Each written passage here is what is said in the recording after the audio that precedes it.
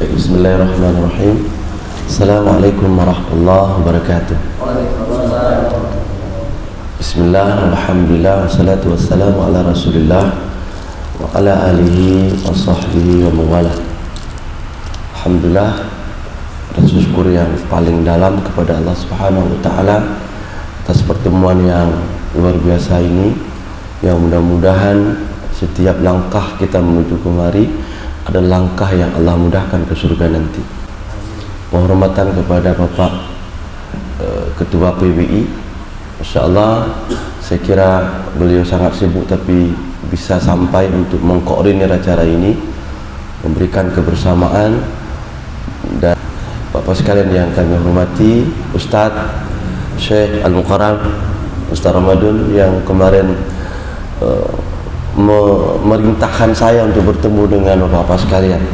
Qadarullah, tadi setelah pembahasan kanun kesehatan di Dewan, ini memang kanun yang sangat panjang ya. Saya sebagai tenaga ahli di sana tahun kedua, setiap minggu kita bertemu 2 kali dan memang banyak perdebatan.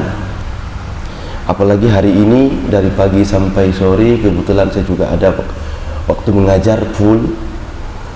Dan sebentar lagi saya juga mohon doa ke Calang, Aceh Jaya, karena besok ada program dengan UNICEF selama 2 hari di Calang untuk kesuksesan program imunisasi, dan Sabtu insya Allah dengan BEM di FK.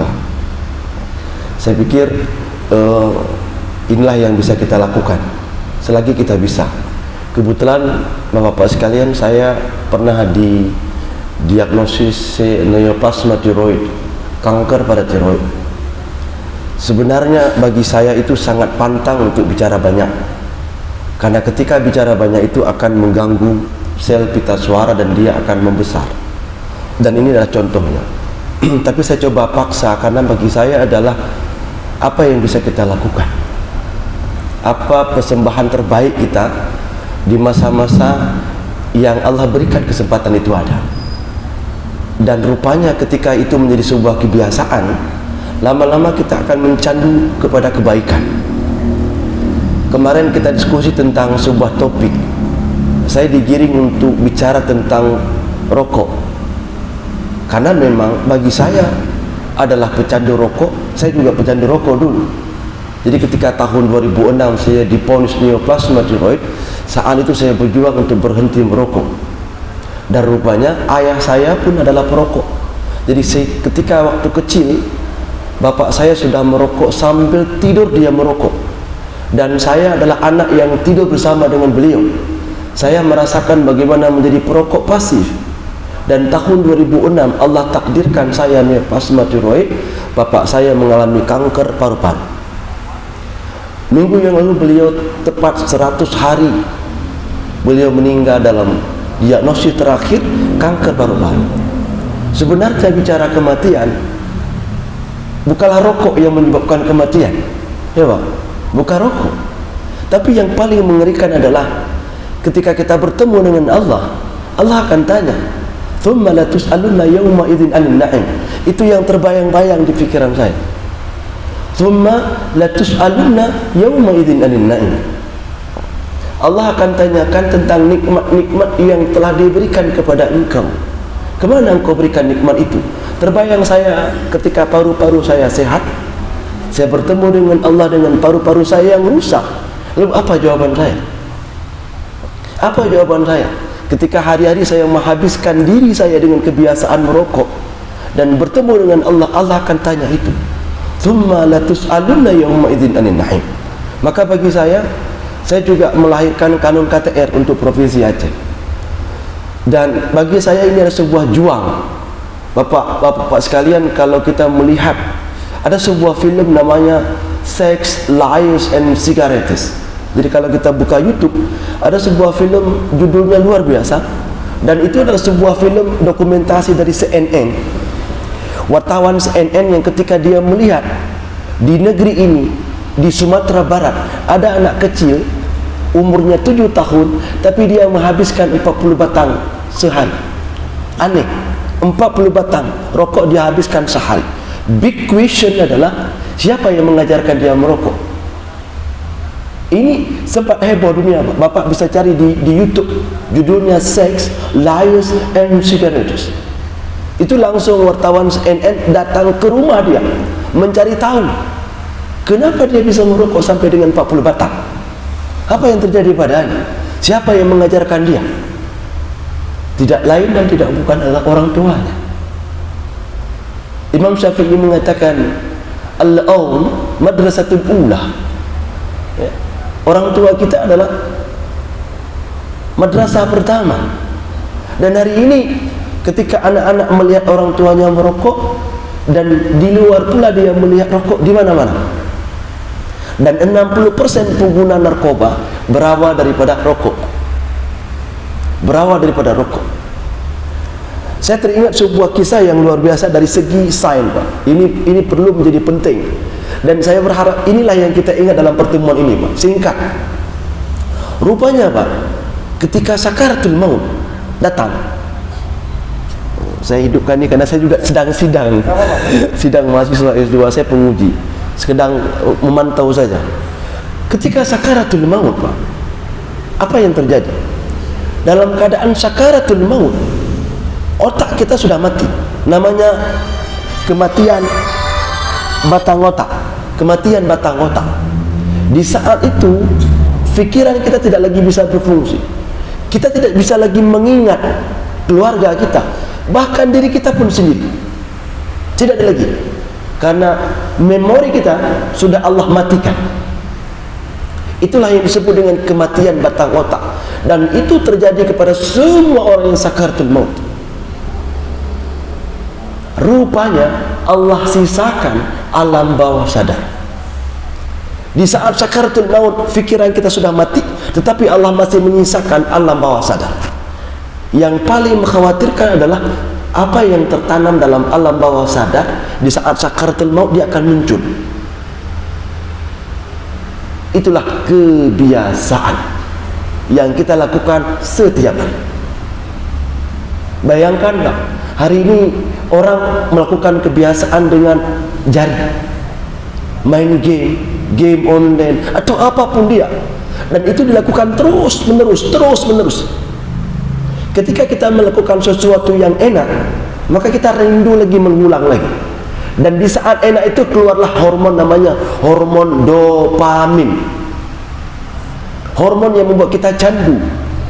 Apapun, Pak, apapun yang kita ulang-ulang. Contoh yang paling ringan saja, ketika kita mengulang pekerjaan 1 kali, kita ulang lagi sampai dengan 20 kali, ke 21 kita akan candu. Apa saja.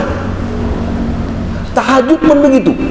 Tahajud, kalau kita paksa malam ini kita tahajud, Pak, kita paksa tahajud, buat alarm, suruh ingatkan kita punya istri, lalu kita bangun, kita paksa bangun, berhasil kita malam besok kita paksa lagi, malam lusa paksa lagi, sampai malam 20. Ke malam 21 kita tidak perlu lagi alarm. Itu sudah masuk ke alam bawah sadar. Yang menghebatkan lagi, kebiasaan ini menembus 100 hari. Dia akan melekat bagaikan karakteristik. Bayangkan, Pak, apa yang terjadi ketika kita keliling kota Banda Aceh hari ini. Ada orang main game sampai 100 hari, maka dijamin itulah yang tertanam dalam alam bawah sadar dia.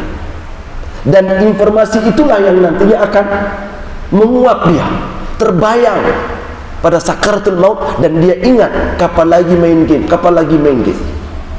Saat itulah dia bertemu dengan Allah dalam kondisi memori mengingat game.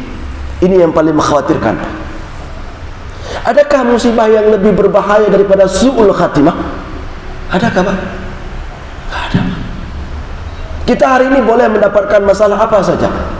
Enggak ada uang lah, berbagai masalah boleh, masuk penjara pun boleh, asalkan kita menghadap Allah di penghujung kita husnul khatimah. Sekaya apapun kita, Pak, kalau di saat pertemuan dengan Allah su'ul khatimah, maka itu menjadi perhara yang paling besar. Dan salah satu perhara itu disebabkan kebiasaan, Pak. Ini bukan masalah kecil, Pak. Tapi sayang, kita diam hari ini. Pemerintah diam hari ini. Termasuk kita mungkin hari ini membiarkan anak kita memegang HP. Mohon maaf Pak, saya dengan istri sudah punya komitmen dari awal pernikahan tidak boleh ada televisi di rumah. Tidak boleh ada televisi di rumah.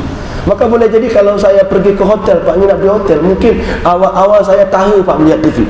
Karena jarang lihat TV. Termasuk anak saya. Kami tidak membolehkan anak-anak pegang HP. Kalau kedapatan kita ambil.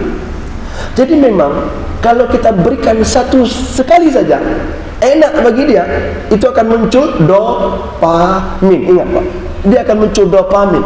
Dopamin itulah yang membuat dia terbayang-bayang Pak, pingin pegang lagi, sampai dia akan berusaha semaksimal mungkin, bahkan hilang rasa hormatnya kepada kita untuk mendapatkan Nabi.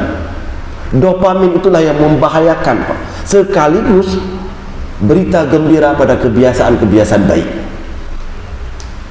Ini bicara tentang candu Pak. Ini yang paling mengerikan. Suatu malam Bapak sekalian, jam 1 malam, adik saya pulang ke rumah dalam keadaan sakau. Adik saya pulang ke rumah dalam keadaan sakau. Dia ketok pintu dengan suara yang besar dalam keadaan sakau, pingin kali dia. Maka keluar ibu saya. Maka kepada ibu saya dikatakan, "Tepeng mak, tepeng mak."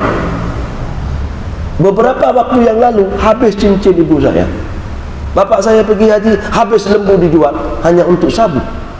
Di saat sakau begitu dia, uang tidak ada Pak. Maka dia menerobos rumah, keluar ibu saya. Maka ibu saya mengatakan, "Hana pengle kekahana, hana pengle kekah." Dalam suara begitu bapak saya almarhum keluar dan mengatakan, "Hana pengle kekah." Beliau pun sudah enggak tahan lagi, sabar. "Hana pengle kekah." Di saat itu Pak, dalam keadaan sakau, dia enggak lihat lagi orang tua di depannya. Yang terbayang bagi dia adalah segera dapatkan untuk memuaskan dopamin yang ada di dalam tubuhnya. Gelap mata Pak. Dan di saat itu hampir saja Pak, hampir besok pagi kita membaca koran anak dibunuh, anak membunuh orang tua. Hampir saja Pak, hampir saja. Ibu saya langsung ke depan memagari orang tua saya. Di dalam hati dia berdoa, "Tolong kami ya Allah, tolong kami ya Allah, tolong ya Allah." Entah bagaimana ikhlasnya seorang ibu berdoa, terbuka hijab Allah. Tiba-tiba adik saya berpaling dan lari. Pilihannya adalah bagi kami sudah tinggalkan dia. Tidak ada lagi yang bisa mengatur dia. Kami sudah putus asa. We never give up. Kami sudah give up. Sudah pasrah. Hai dia dipikir gini. Tetapi rupanya Bapak Ibu sekalian, Bapak sekalian, ibu saya enggak pernah nyerah. Ini pelajaran sebenarnya keluarga dengan narkoba. Ketika dia masih mengharap Allah, masalah akan selesai. Kami sudah menyerah, tapi ibu saya tidak pernah menyerah. Setiap malam beliau tahajud malam, menangis setiap malam. Asal ketemu dengan Bapak, asal bertemu dengan Tengku, dia mengatakan, "Tengku nama doa gelon, nama doa gadon." Hanya dia yang tidak penuh harap kepada Allah. Entah apa yang terjadi. 3 bulan kemudian peristiwa besar terjadi. Adik saya masuk penjara. Di sanalah Allah berikan jalan balik. Dan hari ini dia menunggu diwisuda sebagai perwira. Jadi Allahu Akbar, sebenarnya ini perkara besar Pak. Coba perhatikan Pak, di sekeliling kita berapa orang yang bisa keluar dari candu narkoba? Sangat sulit Pak, sangat sulit, bahkan mustahil. Ada orang yang masuk kepada rehab, sembuh, pulang lagi, balik lagi, berulang-ulang kali. Kenapa? Karena boleh jadi orang tuanya belum yakin kalau Allah itu tolong, jadi hanya mengharap bantuan rehab saja. Jadi bapak-bapak sekalian, sebelum kita dan anak kita masuk ke situ, ini pekerjaan besar Pak. Saya ingin buka rahasia. Boleh jadi kita aman hari ini. Makna aman Pak, ane lu anak pirko, ane lu anak pirzabe, aman lu? Belum Pak. Penelitian membuktikan satu orang pecandu dia bisa mempengaruhi yang lain untuk masuk ke dunia candu 10 orang. Itu Pak, 10 orang. Satu pecandu dia bisa menarik orang lain menjadi pecandu 10 orang. Apa nggak mengkhawatirkan, Pak? Bapak hari ini atau kita hari ini yang bekerja, adakah kita punya waktu 24 jam menjaga anak kita? Mana, Pak? Tidak ada. Kita pergi kantor, kita pergi kerja, maka anak kita dengan dunia dia. Siapa yang boleh jamin kalau anak kita terbebas daripada kawan yang tidak baik? Siapa yang boleh jamin, Pak? Ada, Pak. Ini pekerjaan besar. Ini pekerjaan yang luar biasa. Maka ketika kita bicara candu, maka kita mencoba menarik garis akarnya adalah, kalau bicara narkoba, garis akarnya adalah rokok, Pak. Garis akarnya adalah rokok. Anak-anak belajar sabu dari rokok. Jadi kalau hari ini kita ingin membebaskan candu, maka kita mulai dari dalam, Pak. Core problemnya adalah kecanduan terhadap rokok. Hari ini KTR sudah ada, kanun KTR sudah ada, tetapi kantor mana yang bisa menjalankan KTR? Termasuk kami waktu membuat kanun itu, kita studi banding ke Bandung, ke Jawa Barat. Kita berharap bahwa Jawa Barat daerah yang mampu melaksanakan perda KTR, tapi enggak juga. Kenapa? Karena kepala kantornya merokok. Bahkan yang membuat kanun itu juga merokok. Jeruk makan jeruk. Dalam bahasa psikologi dikenal dengan action speak louder than word. Yang paling mengerikan adalah para tokoh-tokoh memperkenalkan rokok dikarenakan ketokohannya. Ini yang paling mengerikan. Action speak louder than word. Bahwa aksi kita itu lebih bermakna dibandingkan dengan cakap kita. Jadi kalau hari ini kita bicara, sekali lagi kalau kita bicara candu, come on, kita melihat akar masalah. Maka dunia wartawan, dunia yang Allah berikan satu jalan dakwah yang luar biasa. Bahkan ketika Allah mengatakan kuntum khairul ummah, betul Ustaz? Kuntum khairul ummah ukhrijat linnas ta'muruna bil ma'ruf wa tanhauna 'anil munkar. Kalau wartawan mengambil garis ini, maka tidak adalah kemuliaan yang paling mulia kecuali kemuliaan para pendakwah. Gimana caranya, Pak? Kita pikirkan, Pak. Gimana caranya? Kalau kita list hari ini, cukup banyak candu-candu yang mau kita khawatir. Terutama candu ini, candu HP. Bagaimana boleh? Di mana Bapak bisa lihat? Di negara mana yang bisa kita lihat anak-anak muda hari ini menghabiskan malam dengan HP, Pak? Ngeri, Pak. Luar biasa ini, ngeri, Pak. Dan kita diam hari ini, Pak. Bahkan termasuk orang-orang yang punya investasi, punya uang, dia membuat kedai kopi, senyaman mungkin anak-anak menggunakan HP dengan wifi yang ada. Yang paling mengerikan adalah hari ini kita melawan kodrat Allah. Betul kan? Anak-anak semestinya, kita semestinya malam tidur, waja'alna laila libasa, tapi kita balik. Anak-anak kita hari ini dia panjang malam, tapi siangnya menjadi pendek. Malam dia tidak tidur, siang dia tidur. Kita perhatikan, Pak. Malam-malam coba kita keliling. Mereka akan pulang menjelang subuh. Tidurnya jam 4, bangunnya jam 4 sore. Mandi lagi, siap-siap pergi lagi. Itu kalau dilakukan sekali, dia merasa enak, dia ulang 2 kali, 3 kali, dan akan menjadi sebuah karakter. Yang paling mengerikan adalah ketika dia menarik orang lain lagi, kawannya lagi. Jadi komunitas tadi kecil, ini sudah menjadi komunitas yang besar. Ini yang paling mengerikan kota Banda Aceh ini. Gimana caranya? Apa yang bisa kita lakukan? Dan sejauh mana kita bisa menjaga anak kita, Pak, dari kecanduan ini? Nyamankah nanti kita akan meninggalkan generasi setelah kita, generasi yang tidak lagi sosial lagi, mereka sibuk dengan apa?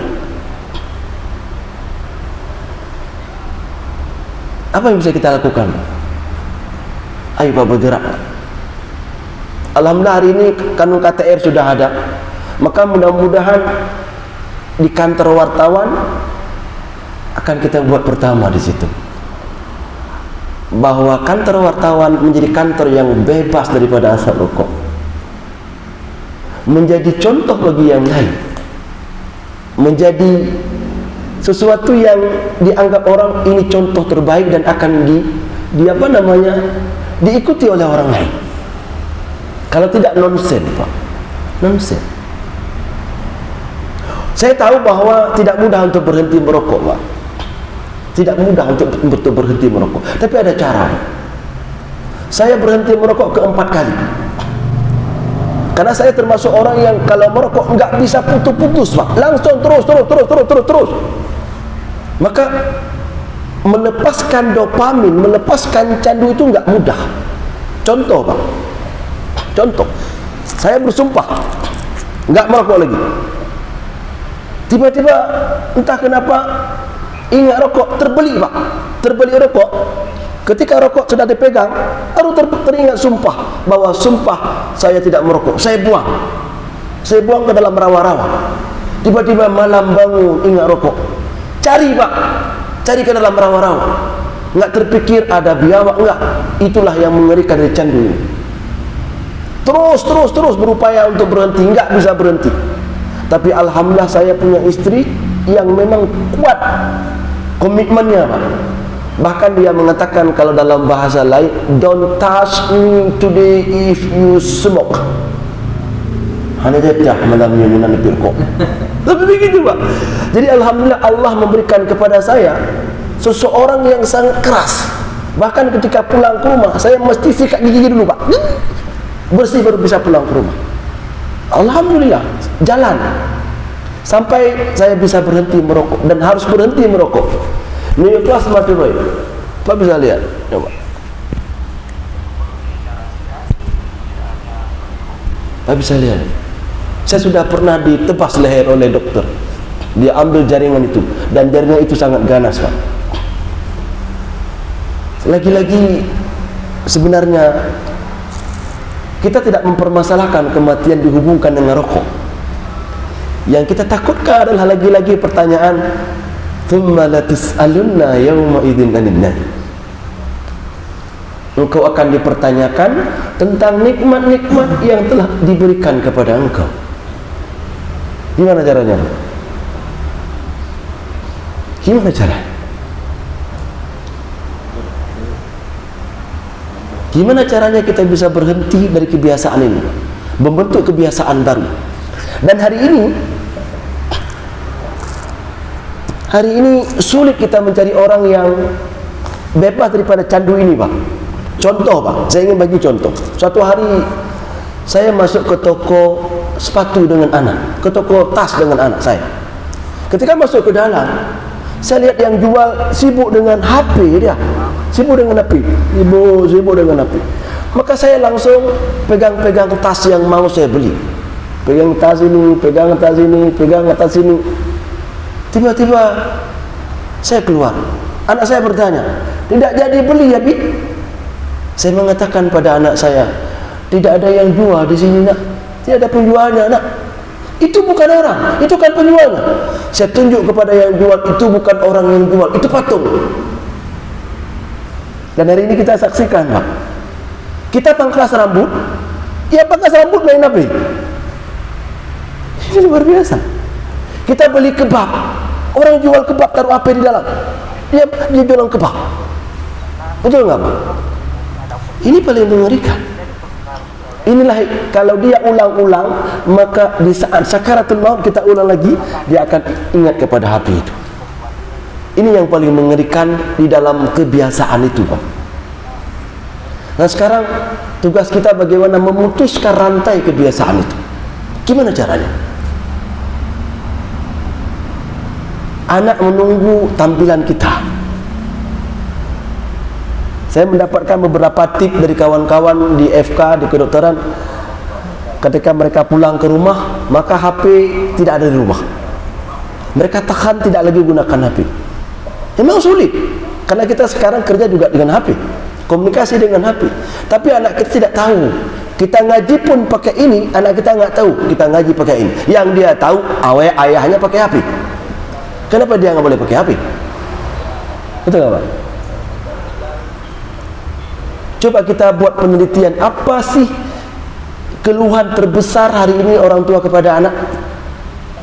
Nggak ada. kecuali ini. Kami buat pesantren di Lingke, Pak. Ada 2 anak santri kami cerdas, tapi kecerdasan itu membuat orang tuanya bangga kepadanya. Saking bangga, dibeli HP.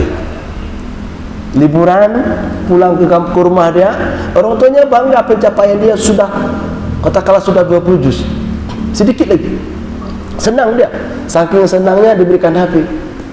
Maka HP baru, mulailah malam anak itu main HP diulang lagi, main HP diulang lagi, sampai dengan 2 minggu tidak ada malam yang tidak dia main HP.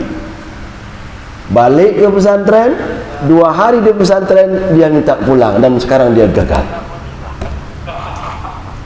Dia gagal. Ngeri, Pak. Ngeri HP. Jadi itu diskusi besar sebenarnya. Jadi saya pikir apa yang sudah ada hari ini, kanun KTR, mari kita selamatkan kanun itu.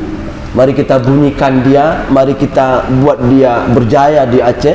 Dan hari ini kalau ada kebiasaan-kebiasaan yang tidak baik, mari kita kurangi, Pak. Tidak salah kalau hari ini kita buat schedule, Pak. Saya awal-awal dulu buat schedule, Pak.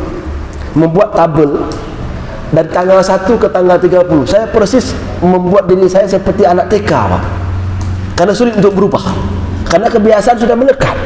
Maka saya buat diri saya, tanggal 1 itu apa kerja.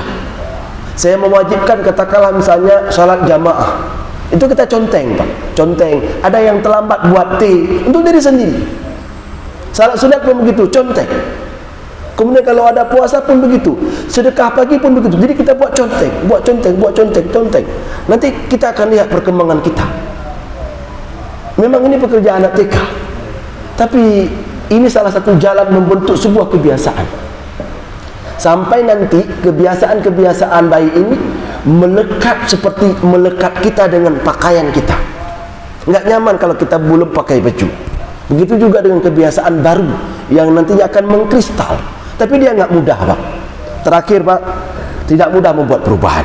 Saya berikan sebuah ilustrasi bagaimana Allah memberikan sebuah contoh melalui transformasi elang menjadi raja wali. Pernah dengar, Pak? Bagaimana Allah memberikan pelajaran terhadap perubahan kebiasaan dari seekor elang, Allah rubah menjadi raja wali. Rupanya, Pak, elang ini umurnya 40 tahun. Ketika elang ini umurnya 40 tahun, dia menemukan dirinya paruhnya semakin panjang, dan paruhnya itu hampir menyentuh dadanya, membuat dia tidak nyaman. Dia lihat kukunya pun semakin memanjang menuju ke bawah, membuat cengkraman dia tidak lagi kuat. Dia lihat bulunya pun semakin tebal, yang membuat dia tidak lagi bisa ringan untuk terbang tinggi. Jadi kesimpulannya, elang di umur 40 tahun menuju kematiannya. Paruhnya semakin memanjang, kukunya semakin memanjang ke bawah, bulunya semakin banyak, membuat dia tidak bisa lagi terbang tinggi. Apa yang Allah berikan pelajaran daripada elang ini? Rupanya elang tidak menyerah. Di saat dia susah terbang tinggi, dia paksa dirinya untuk terbang tinggi. Dia paksa, Pak, terbang terus sampai dia mencapai sebuah tempat yang tinggi, di tempat yang banyak batunya. Katakanlah batu karang di pegunungan yang tinggi. Disitulah dia yang pertama dia lakukan adalah dia patok batu sekuat-kuatnya berulang kali. Tujuannya adalah meruntuhkan paruhnya. Sakit nggak, Pak? Sakit, Pak. Paruh sendiri dia runtuhkan, dan itu bukan sekali, berulang-ulang sampai jatuh paruhnya. Ketika sudah jatuh, maka muncul paruh yang baru. Dengan paruh yang baru, dia gunakan mencabut satu persatu kukunya. Sakit, Pak. Sakit. Kemudian muncul lagi, tumbuh lagi kuku baru, paruh yang baru, dengan kuku yang baru, dengan paruh yang baru, dia mencabut satu persatu bulunya sampai dia telanjang. sampai Allah mentakdirkan tumbuh bulu-bulu yang baru. Ketika saat itu bulu sudah baru, kuku sudah baru, paruh sudah baru, maka dia turun, berubah dia dari elang menjadi raja wali. Bertambah umurnya 30 tahun kemudian. Jadi ini pelajaran bagi kita yang Allah berikan, bahwa merubah kebiasaan itu tidak mudah. Mudah untuk kita katakan, ya kan? Tapi difficult to do it. Sangat susah untuk kita buat. Sangat susah. Apalagi sudah masuk ke candu, Pak. Sudah muncul dopamin kita. Artinya kita merasa nyaman ketika melakukan itu. Itu sangat susah untuk dirubah. Tetapi cara merubah yang paling penting adalah dari mana kita memulainya, Pak? Pernahkah Bapak Ibu, Bapak sekalian buat riset kecil? Ada orang yang kadang-kadang ingin berhenti merokok, tapi nggak bisa dia berhenti merokok. Kenapa? Saya menemukan alasan yang paling utama adalah memang haid kubur. Memang haid kubur. Jadi dia yakin bahwa dia tidak bisa membuat. You are what you believe, kata psikologi. Anda apa yang Anda percaya. Kalau kita percaya bisa, kita akan menemukan jalan banyak. Sama seperti kalau kita percaya, maka akan ketemu jalan. Tapi kalau tidak percaya, akan ketemu alasan. Maka kepercayaan itu amat penting, Pak. Bahwa kita percaya, kita bisa menghentikan kebiasaan itu. Kepercayaan itulah yang nantinya akan memberikan strategi-strategi yang kita ulang-ulang walaupun gagal. Inni fi dhanni abdi bi, kata Allah. Aku seperti apa yang engkau sangkakan kepadaku. Kalau kita bisa menyangka yang baik kepada Allah, bahwa kita bisa menghentikan rokok dengan bantuan Allah, maka kita bisa. Begitu juga dengan kebiasaan-kebiasaan lain. Kesimpulannya adalah bahwa kebiasaan yang buruk itu akan terbawa kepada sakaratul maut, dan itulah yang akan kita persembahkan sebagai persembahan terakhir kita bertemu dengan Allah. Kebiasaan yang baik pun begitu juga, dia akan muncul di saat sakaratul maut, dan itu pula yang akan kita persembahkan kepada Allah. Mudah-mudahan kita diberikan kesempatan untuk mempersembahkan kebiasaan-kebiasaan yang akan kita munculkan dalam sakaratul maut, dan itu kita mulai dari hari ini, membuat kebiasaan-kebiasaan yang baik. Mari kita list, Pak, hari ini apa yang kurang, apa yang menjadi kebiasaan buruk, kita rubah pelan-pelan sampai suatu ketika anak kita akan mengikuti apa yang kita buat. Like father, like son. Menan ayah, menan anu, menan bini.